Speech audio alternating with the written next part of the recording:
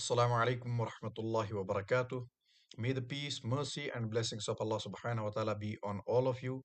As you all know, we have started a series of reading the book, The Timeless Seeds of Advice by Bibi Abdullah.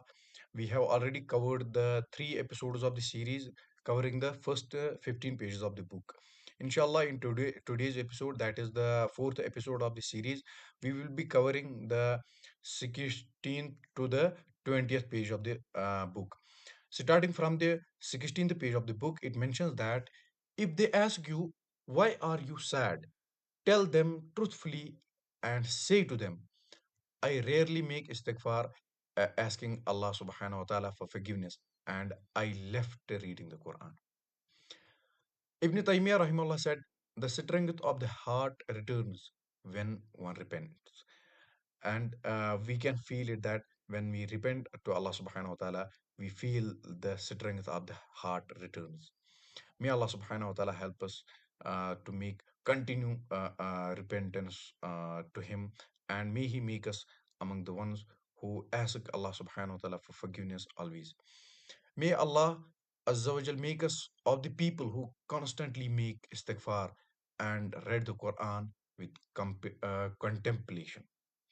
And the contemplation on the words of the Quran is necessary. Then only it becomes the reasons to change our hearts.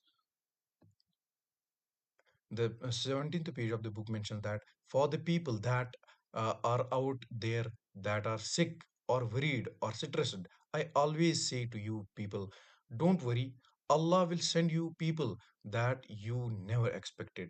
If you really need someone, you just have to trust Allah and have tawakkul, trust, and that is trust and reliance in Allah.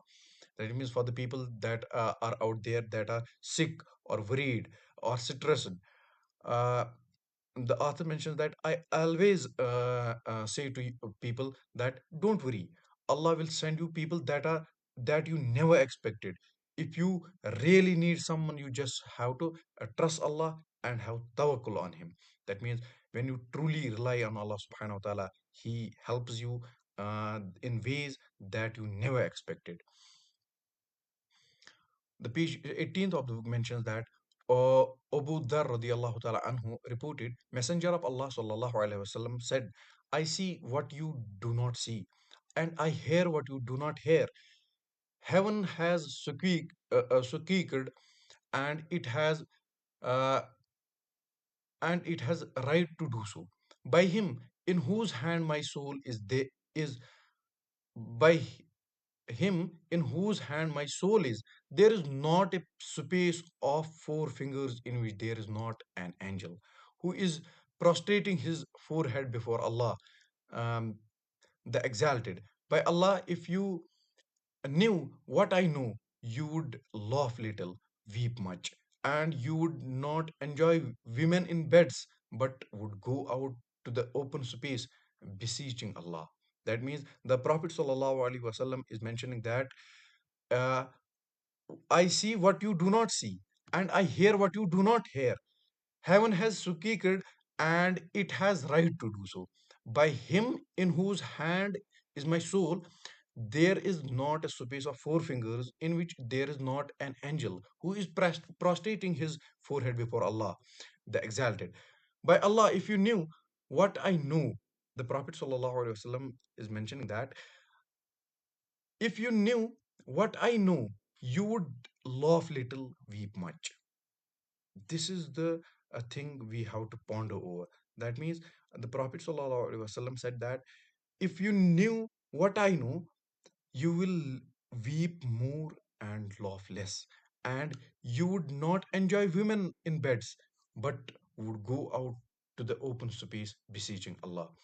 Uthaymin bin Affan, Usman bin Affan, radiallahu ta'ala anhu said, do not forget the angel of death, for he does not forget you.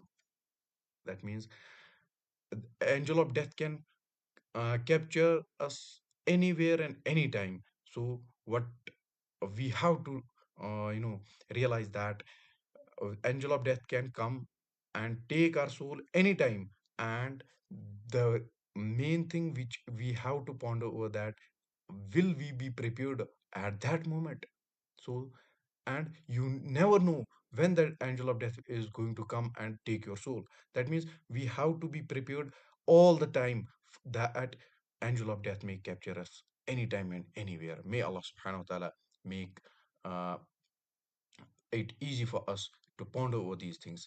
If you knew what you are facing after death, you would not eat your meal nor drink with any appetite. I wish I were a tree to be bitten by insects and then eaten. Imagine. If you knew what you are facing after death, you would not eat your meal nor drink with any appetite. I wish I were a tree to be bitten by insects and then eaten. That means we are being made the humans and we have been given the responsibility to obey Allah subhanahu wa ta'ala. And if we do not obey, then the angel of death is going to capture our soul, and after death, the harsh event is that may Allah subhanahu wa ta'ala protect us. But to the one who was disobedient to his Lord, he has to face all the torments in the grave and the everlasting torment of the hellfire. Allahumma ajirni minan nar. May Allah subhanahu wa ta'ala protect us all. Al Hasan al Basri rahimahullah said, indeed, those who came before you saw the Quran as personal letters from their Lord, so they would ponder over it by night and yearn for it by day.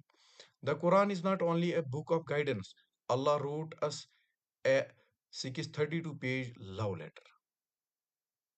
The author is mentioning that the Quran is not only a book of guidance, Allah wrote us a 632 page love letter. But Allah is your protector. The Quran mentions that. But Allah is your protector and He is the best of helpers.